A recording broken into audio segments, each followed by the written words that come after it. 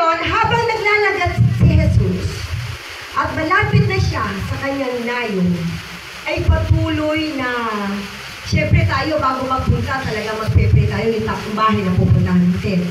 At ngayon ay pinapasok siya sa tahanan ngayon. At sino ang nagbukas ng pinto? Si Maria. Nung binuksan ni Maria ang pinto, pinakilala siya ni Marta. Jesus, ito ang aking kapatid na babae na si Maria.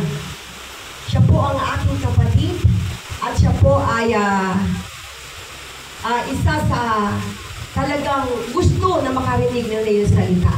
At sinabi nga, si Jesus at sabi sa 38, si Jesus at ang kanyang mga alagad ay nagpatuloy sa kanilang paglalakbay at pumasok sa isang nayon. Malubos silang tinanggap sa tahanan ni Marta.